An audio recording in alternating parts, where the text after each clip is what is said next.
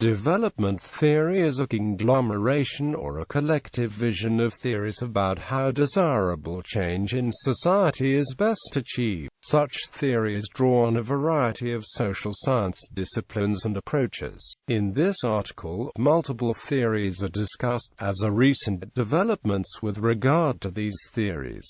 Modernization theory. Modernization theory is used to analyze in which modernization processes in societies take place. The theory looks at which aspects of countries are beneficial and which constitute obstacles for economic development. The idea is that development assistance targeted at those particular aspects can lead to modernization of traditional or backward societies. Scientists from various research disciplines have contributed to modernization theory. Sociological and anthropological modernization theory. The earliest principles of modernization theory can be derived from the idea of progress, which stated that people can develop and change the society themselves. Marquis de Condorcet was involved in the origins of this theory. This theory also states that technological advancements and economic changes can lead to changes in moral and cultural values. The French sociologist Émile Durkheim stressed the interdependence of institutions in a society and the way in which they interact with cultural and social unity. His work, The Division of Labor in Society, was very influential. It described how social order is maintained in society and ways in which primitive societies can make the transition to more advanced societies. Other scientists who have contributed to the development of modernization theory are David Apter, who did research on the political system and history of democracy; Seymour Martin Lipset, who argued that economic development leads to social changes which tend to lead to democracy; David McClelland, who approached modernization from the psychological side with his motivations theory; and Talcott Parsons, who used his pattern variables to compare backwardness to modernity.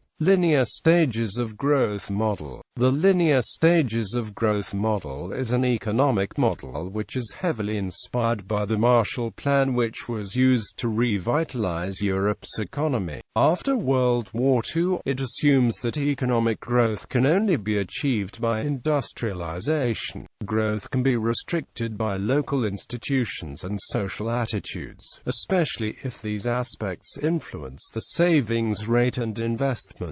The constraints impeding economic growth are thus considered by this model to be internal to society. According to the linear stages of growth model, a correctly designed massive injection of capital coupled with intervention by the public sector would ultimately lead to industrialization and economic development of a developing nation. The Rostow's stages of growth model is the most well-known example of the linear stages of growth model. Walt W. Rostow identified 5 stages through which developing countries had to pass to reach an advanced economy status: traditional society, preconditions for takeoff, drive to maturity, age of higher mass consumption. He argued that economic development could be led by certain strong sectors. This is in contrast to, for instance, Marxism, which states that sectors should develop equally. According to Rostow's model, a country needed to follow some rules of development to reach the takeoff. The investment rate of a country needs to be increased to at least 10% of its GDP. 1 or 2 manufacturing sectors with a high rate of growth need to be established. An institutional, political and social framework has to exist to be created in order to promote the expansion of those sectors. The Rostow model has serious flaws, of which the most serious are The model assumes that development can be achieved through a basic sequence of stages which are the same for all countries. A doubtful assumption. The model measures development solely by means of the increase of GDP per capita. The model focuses on characteristics of development, but does not identify the causal factors which lead development to occur. As such, it neglects the social structures that have to be present to foster development. Economic modernization theories such as Rostow's stages model have been heavily inspired by the Harad-Domar model, which explains in a mathematical way the growth rate of a country in terms of the savings rate and the productivity of capital. Heavy state involvement has often been considered necessary for successful development in economic modernization theory. Paul Rosenstein-Roden, Ragnar Nerks and Kurt Mandelbaum argued that a big push model in infrastructure investment and planning was necessary for the stimulation of industrialization, and that the private sector would not be able to provide the resources for this on its own. Another influential theory of modernization is the dual sector model by Arthur Lewis. In this model, Lewis explained how the traditional stagnant rural sector is gradually replaced by a growing modern and dynamic manufacturing and service economy. Because of the focus on the need for investments in capital, the linear stages of growth models are sometimes referred to as suffering from capital fundamentalism. Critics of modernization theory. Modernization theory observes traditions and pre-existing institutions of so-called primitive societies as obstacles to modern economic growth. Modernization which is forced from outside upon a society might induce violent and radical change, but according to modernization theorists it is generally worth this side effect. Critics point to traditional societies as being destroyed and slipping away to a modern form of poverty without ever gaining the promised advantages of modernization. Structuralism. Structuralism is a development theory which focuses on structural aspects which impede the economic growth of developing countries. The unit of analysis is the transformation of a country's economy from mainly subsistence agriculture to a modern, urbanized manufacturing and service economy. Policy prescriptions resulting from structuralist thinking include major government intervention in the economy to fuel the industrial sector, known as import substitution industrialization. This structural transformation of the developing country is pursued in order to create an economy which in the end enjoys self-sustaining growth. This can only be reached by ending the reliance of the underdeveloped country on exports of primary goods, and pursuing inward-oriented development by shielding the domestic economy from that of the developed economies. Trade with advanced economies is minimized through the erection of all kinds of trade barriers and an overvaluation of the domestic exchange rate. In this way, the production of domestic substitutes of formerly imported industrial products is encouraged. The logic of the strategy rests on the infant industry argument, which states that young industries initially do not have the economies of scale and experience to be able to compete with foreign competitors and thus need to be protected until they are able to compete in the free market. The Prebisch-Singer hypothesis states that over time the terms of trade for commodities deteriorate compared to those for manufactured goods, because the income elasticity of demand of manufactured goods is greater than that of primary products. If true, this would also support the ISI strategy. Structuralists argue that the only way third world countries can develop is through action by the state. Third world countries have to push industrialization and have to reduce the dependency on trade with the first world, and trade among themselves. The roots of structuralism lie in South America, and particularly Chile. In 1950, Raúl Prebisch went to Chile to become the first director of the Economic Commission for Latin America. In Chile, he cooperated with Celso Furtado, Aníbal Pinto, Osvaldo Sunkel, and Dudley Sears, who all became influential structuralists. Dependency theory. Dependency theory is essentially a follow-up to structuralist thinking, and shares many of its core ideas. Whereas structuralists did not consider that development would be possible at all unless a strategy of delinking and rigorous ISI was pursued. Dependency thinking could allow development with external links with the developed parts of the globe. However, this kind of development is considered to be dependent development, i.e., it does not have an internal domestic dynamic in the developing country and thus remains highly vulnerable to the economic vagaries of the world market. Dependency thinking starts from the notion that resources flow from the periphery of poor and underdeveloped states to a core of wealthy countries, which leads to accumulation of wealth in the rich states at the expense of the poor states. Contrary to modernization theory, dependency theory states that not all societies progress through similar stages of development. Primitive states have unique features, structures and institutions of their own, and the weaker with regard to the world market economy, while the developed nations have never been in this follower position in the past. Dependency theorists argue that underdeveloped countries remain economically vulnerable unless they reduce the connectedness to the world market. Dependency theory states that poor nations provide natural resources and cheap labor for developed nations, without which the developed nations could not have the standard of living which they enjoy. Also, developed nations will try to maintain this situation and try to counter attempts by developing nations to reduce the influence of developed nations. This means that poverty of developing nations is not the result of the disintegration of these countries in the world system, but because of the way in which they are integrated into this system. In addition to its structuralist roots, dependency theory has much overlap with neo-Marxism and world systems theory, which is also reflected in the work of Immanuel Wallerstein, a famous dependency theorist. Wallerstein rejects the notion of a third world, claiming that there is only one world which is connected by economic relations. He argues that this system inherently leads to a division of the world in core, semi-periphery and periphery. One of the results of expansion of the world system is the commodification of things,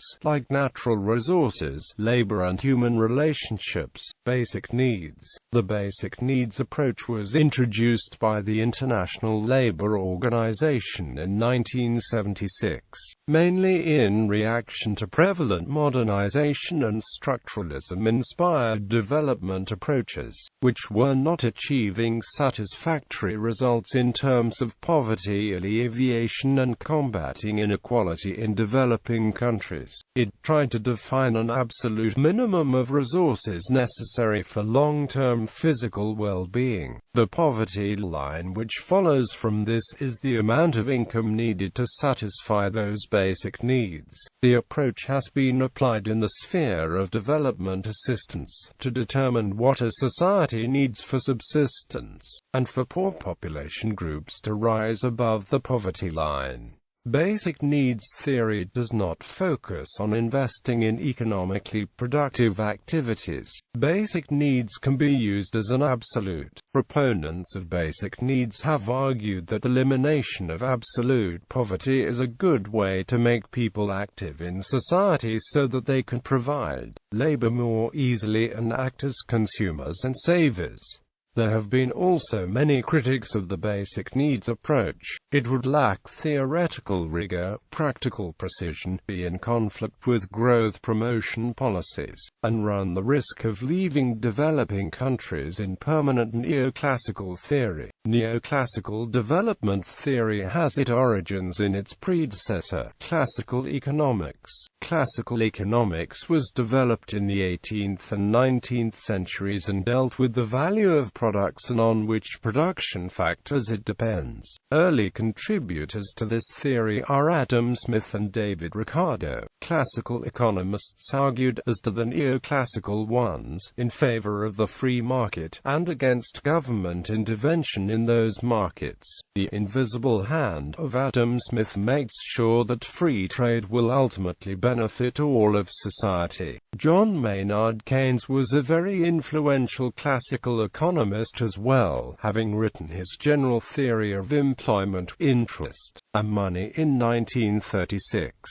Neoclassical development theory became influential towards the end of the 1970s, fired by the election of Margaret Thatcher in the UK and Ronald Reagan in the USA. Also, the World Bank shifted from its basic needs approach to a neoclassical approach in 1980. For the beginning of the 1980s, neoclassical development theory really began to roll out. Structural adjustment. One of the implications of the neoclassical development theory for developing countries were the structural adjustment programs which the World Bank and the International Monetary Fund wanted them to adapt. Important aspects of those SAPs include fiscal austerity, privatization, trade liberalization, currency devaluation and the abolition of marketing boards, retrenchment of the government and deregulation. These measures are more or less reflected by the themes which were identified by the Institute of International Economics, which were believed to be necessary for the recovery of Latin America from the economic and financial crises of the 1980s. These themes are known as the Washington Consensus, a term coined in 1989 by the economist John Williamson.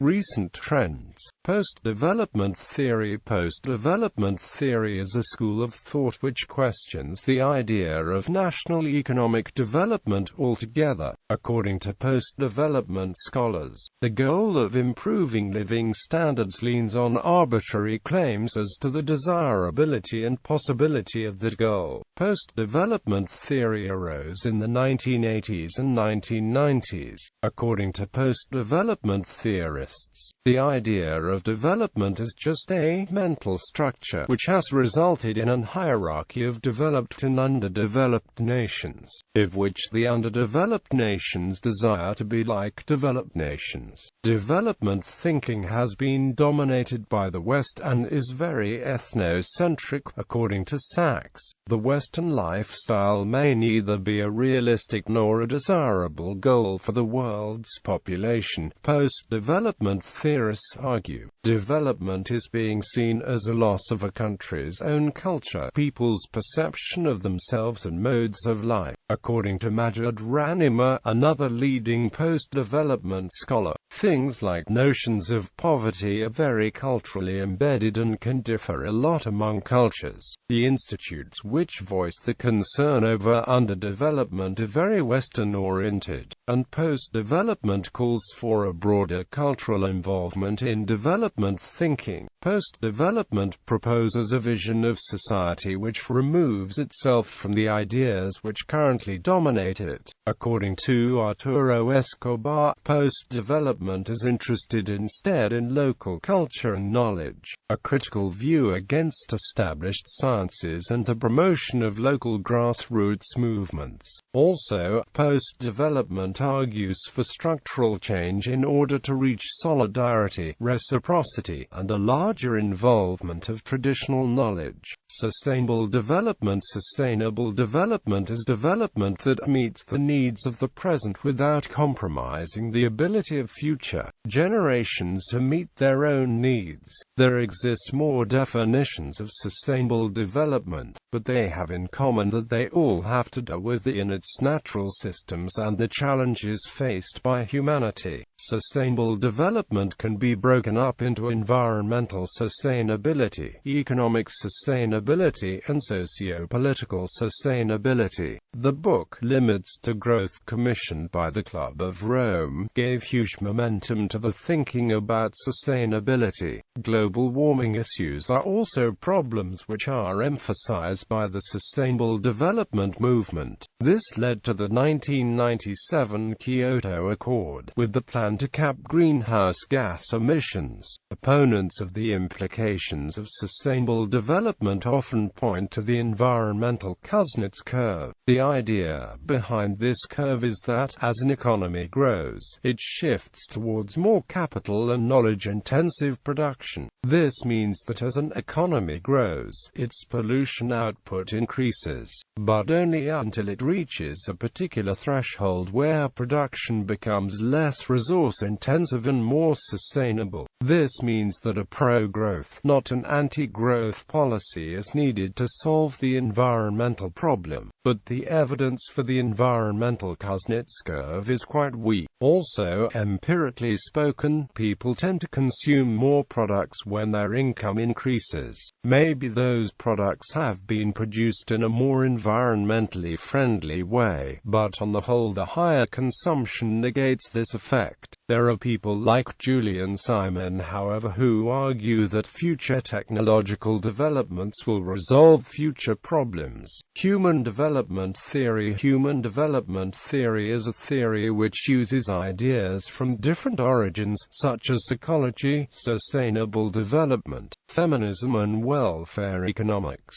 It wants to avoid normative politics and is focused on how social capital and instructional capital can be deployed to optimize the overall value of human capital in an economy. Amartya Sen and Mahbub ul-Haq are the most well-known human development theorists. The work of Sen is focused on capabilities, what people can do and be. It is these capabilities, rather than the income or goods that they receive, that determine the well-being. This core idea also underlies the construction of the Human Development Index, a human-focused measure of development pioneered by the UNDP in its Human Development Reports. The economic side of Sen's work can best be categorized under welfare economics, which evaluates the effects of economic policies on the well-being of peoples.